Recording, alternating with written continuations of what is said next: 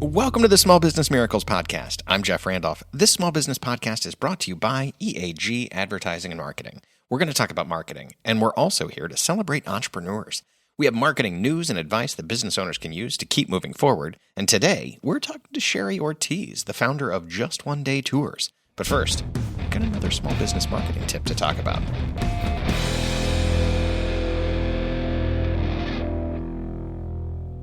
For today's marketing tip, when evaluating creative, don't use your eyes.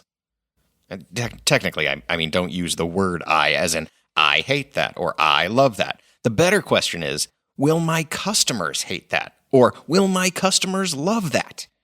You aren't a great barometer for what your customers want sometimes. You may hate the color orange, or you may never have read any of the copy on a website and prefer to watch the video or see pictures. So, when you're reviewing creative work, that ad, that landing page, that Instagram post, take the word I out of your vocabulary. Don't say, I don't like it. Instead, say, I don't feel like my customers will like this. And not just because you hate the color orange. Say, I don't feel like my customers will like that. And that's a great base to stand on. An even better way to know what your customers think? Ask them. And that is our marketing tip for today.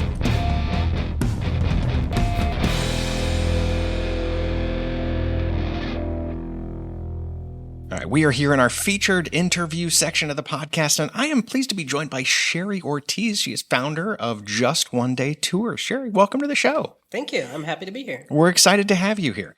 If you would, tell us about the company. What is Just One Day Tours? So I am a local company that provides tours in Kansas City.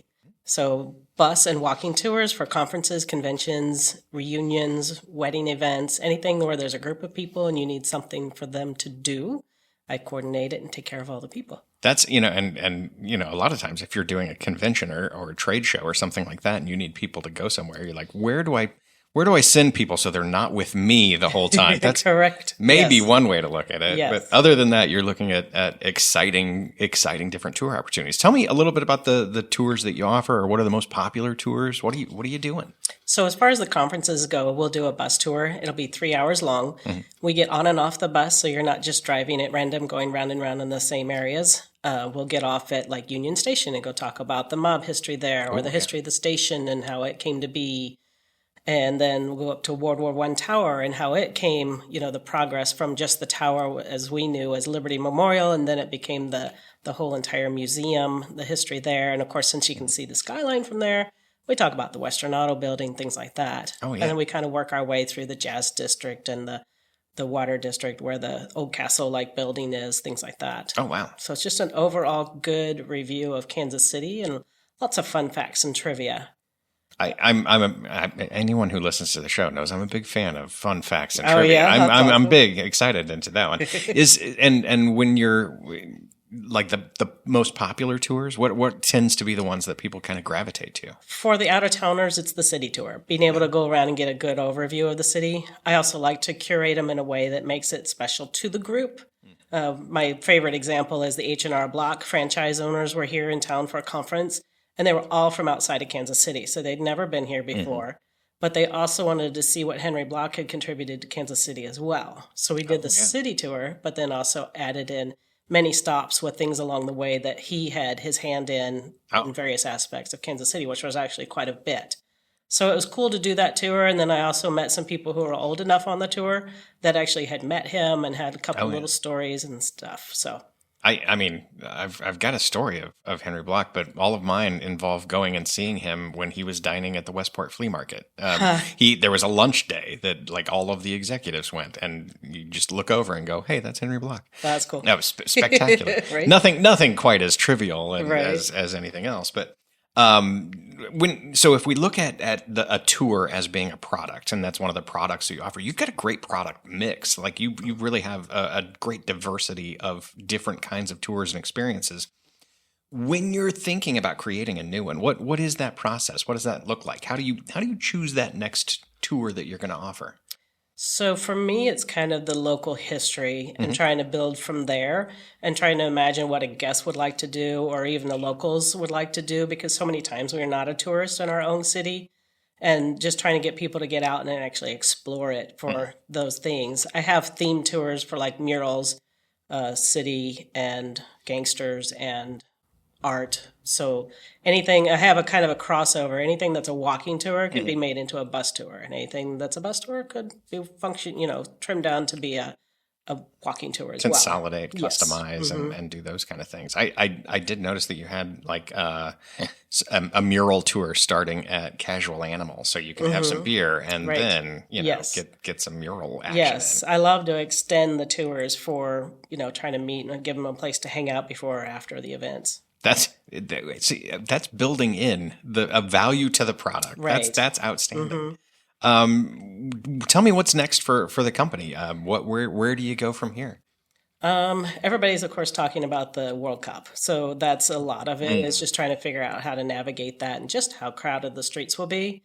But as far as the expansion of it, I just really want to get people out and walking and doing something new and really connecting with Kansas City and being that tourist. Yeah, I like to be a tourist in my own town. I think that's a lot of fun. But when you go to a new town, experiencing some of those tours really gives you just a great jump start into here's everything about the city, stuff you didn't know. Right, yeah, because everybody will do that when you go on vacation. Hey, let's go take a tour, but they don't think about doing it here. Right. Which is a shame. Let's fix that. I know, right? Let's go That's what ahead I'm trying to that. fix. Let's fix that. Sherrie, are you ready to go into the lightning round? I think we've covered kind of the here's who you are and what you do. Let's dive deeper. Okay.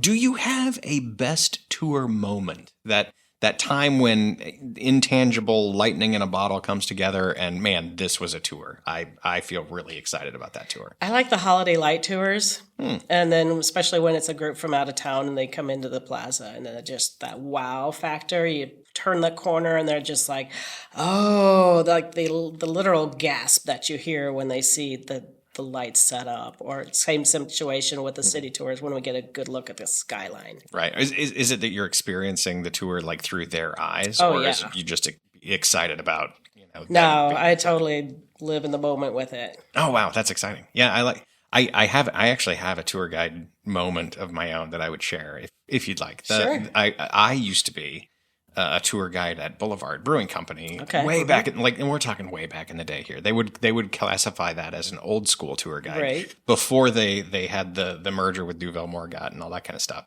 where we were all volunteers and we would go down and do volunteer tours.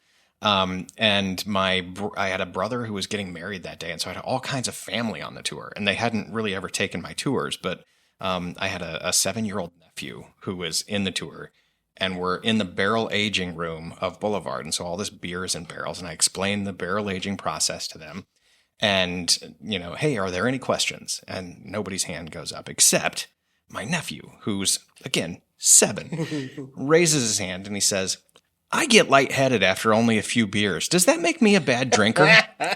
And the place lost it, right? And I just have this feeling there are those kind of lightning in a bottle kind of moments just around every corner in your tours. Absolutely, yeah. I love that. You owned a bakery for 18 years, and you've been a retail cake designer. And while that doesn't seem like a stepping stone on the surface, I'm often surprised how one career in my life leads into the next and gives me other things that help me be better at that next thing. Has that baking career helped you be a better tour guide or help you do anything that is beneficial today? Right, it is. And like many entrepreneurs, I had that idea sitting on the back burner for at least 20 years. My mother was always taking the senior bus tours, and I thought that sounded like a cool job. But 2 little kids and whatnot at home, it was easier to work from home while they went through elementary and all the way through college. I lost my train of thought. Well, I'm curious if that was like, well, how one got into the next. I was more focused in the cake area, so I was a wedding cake designer for most of my job. Oh man! And then no pressure there, right? No pressure. Nerves of steel on delivery day. Yes. And I kind of had a little crisis when I left it because I'd known that world for 30 years. I'm like, but why is this? This is connected somehow. But it really came down to service. Serving the client's needs, getting them something cool, having that aha surprise moment on the tours, and just kind of totally curating those events. So the whole service industry has just been part of my whole career overall. Oh, outstanding. And I can imagine that was a huge change back and forth as well, where you're like, I'm in a kitchen. I'm not around people unless I'm Right. talking to, the client ahead of time or on delivery day. You spend most of that time alone, and now, you're out there. You're Out and with about, people. yeah. You're in it. And has that been a positive change for you? Yes, I like love personally? it. Right, yeah, because I did miss when I worked from home. I did miss having that contact with staff and stuff day to day. So being able to get back out and connect with Kansas Cityans and whatnot is nice. A benefit, a real job benefit. Yes. What's the most adventurous thing you're excited to try? Because I read in your bio that you're a thrill seeker, zip lining, rappelling, snow tubing. Do you have something that's the big thing on that wish list that you just haven't done yet? I've done hang gliding. My next hope is to do parachuting. Oh, just like skydiving. Skydiving, Oh. yeah. Yeah, I want to get in the plane and throw myself out of it. If you said, "Hey, I'm a wedding cake designer," and you wanted to throw yourself out of a plane Right? for pressure, I would understand that. But you're just thrill seeker, adrenaline I just junkie. like to do that, yes. Man, not for me. Keeps life alive. It good. Keep going. keep going. What's the last tour you've taken where you were a participant on a tour? And We did a spooky tour in Mississippi. I don't remember where we were, but it was a ghost tour. oh yeah, And it was an older man who did, he was a college professor. So he had tons of history. He was like 75. So he had all the information. And it was very interesting to go and listen to the different stories. And then he tied in the history to it along the way. So it was very nice. Walking down the cobblestone streets and everything. oh, outstanding. Do you rate yourself being a good tour participant as well? Like, because you're now evaluating parts of the craft, right? Are you a good guest, or are you really a better? I'm a good guest. I keep my mouth shut. I listen and I ask good questions. Good. That's you're kind to them. Right, you don't yeah. intentionally throw a curveball. No. That's good. That's good. Hey, what's the best part of being an entrepreneur in your mind? The freedom of the schedule, of course, is what allures to everybody. But I think it's the changing and having something different every day or every tour. And it's always a different crowd, so there's always a different feel or different feedback. I like the variety of that, where in the retail world doing cake, it was hundreds of cakes a day, grinding. And it's just, I don't like the same thing over and over. I like the flexibility of something new. And if I get bored with a tour, I'll go rewrite it and make it something different. And make it cooler, man. You got all the flexibility and creativity Right. to be able to do that. Conversely, the worst part of being an entrepreneur, I don't know, is there a part of the business you wish you knew more about, or something, that really is I love the flexibility. I love the being out there, but The learning curves are a lot of it, learning the new booking platform, how to run your website, how to manage all the other things. I finally broke down and hired a bookkeeper because I absolutely hate bookkeeping.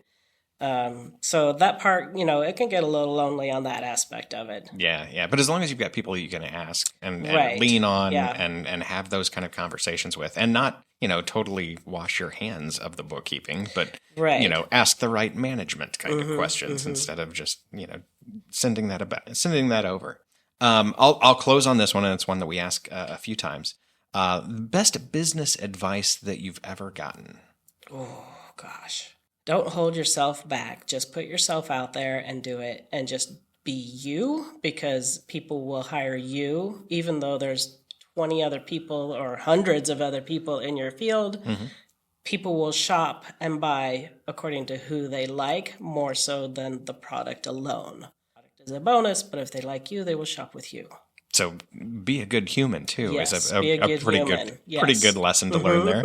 All right, I'll take you out of the lightning round with that. I appreciate it. Hey, where can people find you if they want to, sign up for the next tour, if they want to create their own tour for their company or for a convention coming in town? Where do they go? Right. So the website is justonedaytraveltours.com, and it is my primary platform. You can see a lot of the different ideas for tours on there. And then I'm also on all the other platforms pretty much: LinkedIn, Facebook, Instagram, TikTok, YouTube, all of it's there.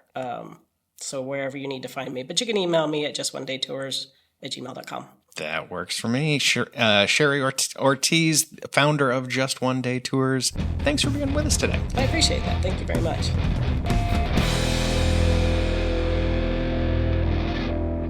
That is our show. Thanks so much to Sherrie Ortiz, and thank you for listening to the Small Business Miracles podcast. Remember to subscribe, leave us a 5-star rating and review, drop us a line on the website at eagadv.com if you have any thoughts. Until then, we'll be out here helping entrepreneurs with another Small Business Miracle.